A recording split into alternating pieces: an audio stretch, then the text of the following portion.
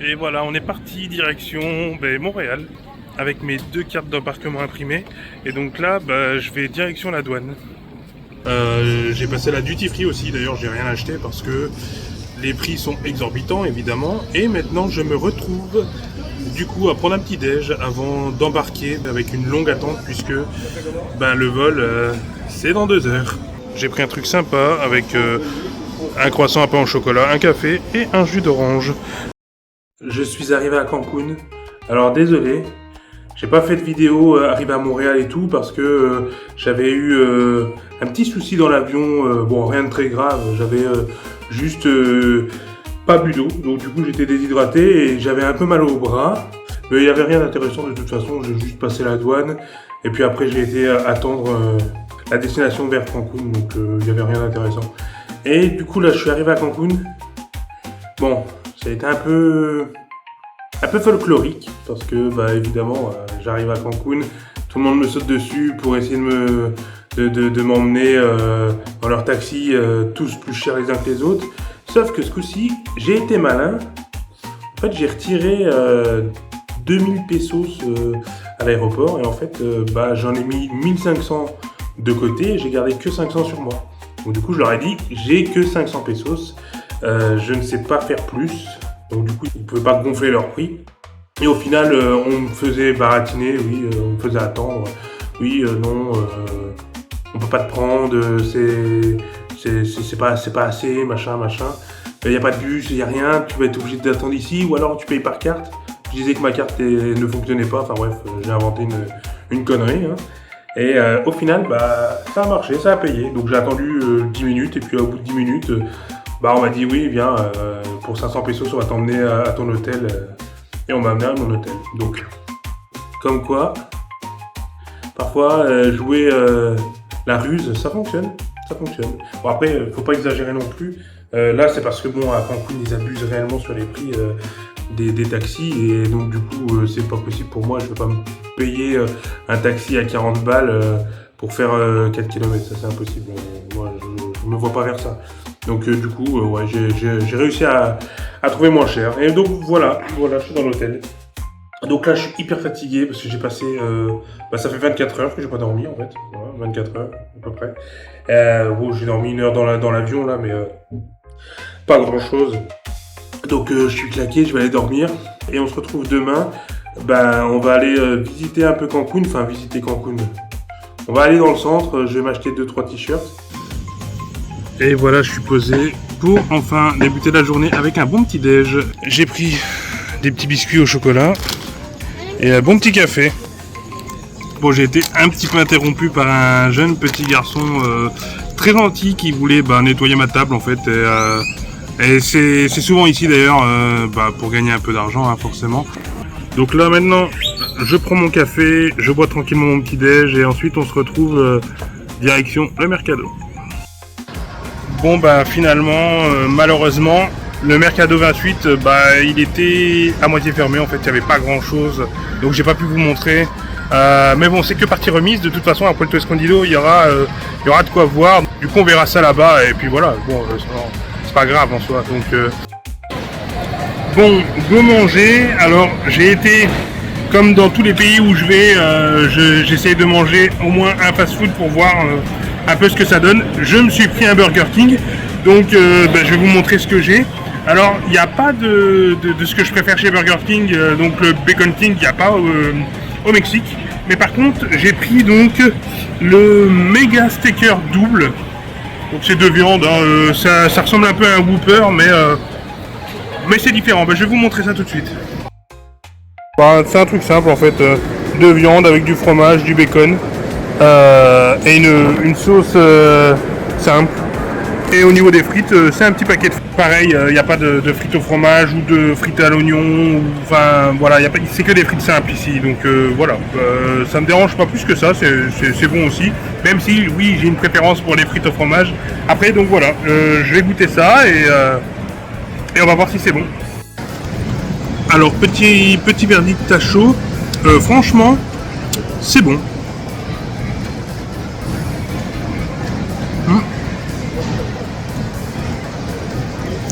Alors la sauce est ultra légère, Il n'y a pas réellement de sauce. Par contre, le bacon, la viande et le fromage, on les sent vraiment. C'est pas mauvais, hein. Alors, j'ai un petit... je mets un petit bémol sur la viande, mais ça, c'est... dans tous les fast-food au Mexique, la viande, on sent que c'est de la viande transformée. Ce qui est dommage, parce que Burger King, j'aime beaucoup leur viande, mais enfin bon. Mis à part ça, c'est validé. Pour ce soir, je me suis pris 4 tacos. J'avais peur qu'ils soient un peu petits, parce que c'était bizarre, ils les vendaient à l'unité. Donc j'en ai pris 4, mais en fait non, ça va. En plus, ils m'ont donné en cadeau genre de chips, je sais pas trop ce que c'est, et une sauce à base d'avocat. Bah c'est du guacamole. En soi, avocat, guacamole, Mexique. On est dedans. Ils m'ont aussi donné 2 petits citrons. Ouais, 2 citrons coupés, mais ça je vais pas les manger parce que je sais pas s'ils ont été lavés, voilà c'est ça. Je sais pas s'ils ont été lavés, donc je vais pas les manger. Alors, pour les tacos et les chips, je crois que c'est les chips, je vous montre ça tout de suite. Donc les tacos sont quand même bien fameux pour les tacos mexicains, je les trouve assez gros, donc c'est super, avec la fameuse farine de maïs. Ils sont encore un peu chauds, donc je vais les laisser refroidir un peu. Et au niveau des chips... donc c'est ça en fait, et si je dis pas de bêtises, ça me dit quelque chose, je crois que c'est du porc qui a été frit, je crois, hein.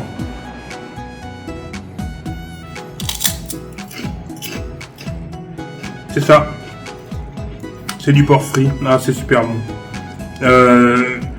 c'est une spécialité espagnole, voilà, et j'ai plus qu'à manger, et me régaler pour ce soir. Bon et ben voilà, j'ai quitté l'aéroport de Cancun.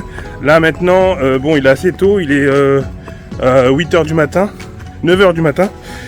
Donc je vais aller boire un petit café, prendre un petit déj et puis après rester dans le centre de Cancun. Je vais me promener un petit peu et après ça, je vais aller direction l'aéroport de Cancun pour m'envoler direction ma destination finale au Mexique, c'est-à-dire Puerto Escondido. Bon on est le lendemain, j'ai bien dormi, j'ai fait mon vol pour Puerto Escondido et on y est, je vais vous montrer un peu ce que j'ai pris comme Airbnb. Alors à savoir que, avant toute chose, j'ai voulu quelque chose d'authentique et de rustique, donc c'est pas du grand luxe, mais ça a son charme, je vous le dis. Et voilà, donc là, hop, c'est en fait une cabane, une simple cabane, où j'ai mon meilleur ami le ventilateur, une belle petite fenêtre, avec bien sûr le hamac, et la petite terrasse, le bureau là-bas avec mes affaires que je dois ranger, et le lit à baldaquin, hein. On est bien, protégé des moustiques, impeccable. Au niveau des toilettes et de la salle de bain, c'est pas privatif, hein, c'est commun, donc c'est le petit bémol, mais moi ça me dérange pas plus que ça. Oui, bien sûr, oui, je préfère quand c'est privé, mais bon, c'est pas grave en soi, c'est pas grave. Du coup, découverte ensemble de Puerto Escondido, une nouvelle ville dans mon carnet de voyage. Alors j'avais dans l'idée de cuisiner des croques saucisses. C'est une invention de ma part, c'est parce que je cherchais en fait un endroit, un petit supermarché pour acheter de la viande, des fruits et des légumes autour de mon Airbnb. Malheureusement, j'en ai pas trouvé. Et le seul que j'ai vu pour le moment, il est quand même à 2 km. Donc avec la chaleur qu'il fait, la viande, ça tiendra pas. En tout cas, j'ai pas de quoi la conserver pour le moment. Faudra que j'achète pour ça un sac de congélation tout simplement, hein. Et donc je me suis dit je vais cuisiner avec ce que j'ai. Donc j'ai acheté du pain, de l'huile, des saucisses, du fromage pour croque-monsieur et du frijoles. Donc c'est une purée d'haricots noirs. Et je me suis dit je vais cuisiner avec ça et ça va faire une super vidéo et voilà. Malheureusement, je suis assez con et je n'ai pas acheté de feu. Donc voilà, je suis niqué. Du coup, qu'est-ce qu'on mange ? Je vais vous montrer. ça va être des croque-monsieur, mais sans croque-monsieur. Et voilà, donc du pain, frijoles. Donc c'est comme j'ai expliqué, c'est de la purée d'haricots noirs, hein, avec du fromage à croque-monsieur et des saucisses. Et voilà, je vais manger ça, mais en mode sandwich, quoi. Alors voilà le premier que j'ai fait. Donc fromage, saucisse. On va replier ça et on va manger ça comme un sandwich. Super la vie, le soleil et manger ça. Au secours.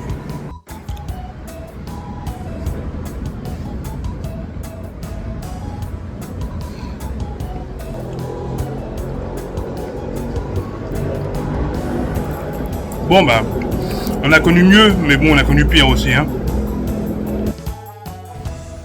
Alors pour cette première partie de Puerto Escondido, je voudrais vous montrer ce qui nous attend. C'est magnifique. Voilà ce qui nous attend. La mer, le soleil. Il y a tout ce qu'il faut pour bien s'éclater et passer 4 belles semaines.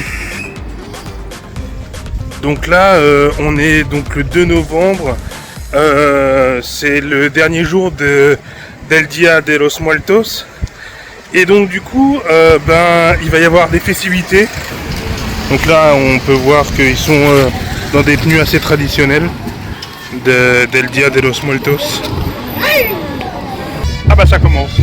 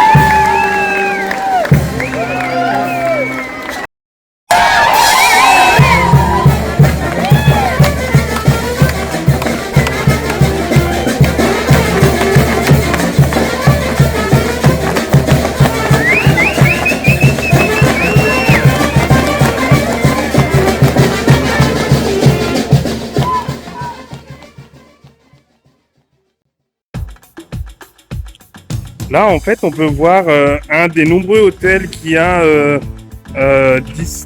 dispersé un peu partout dans Puerto Escondido.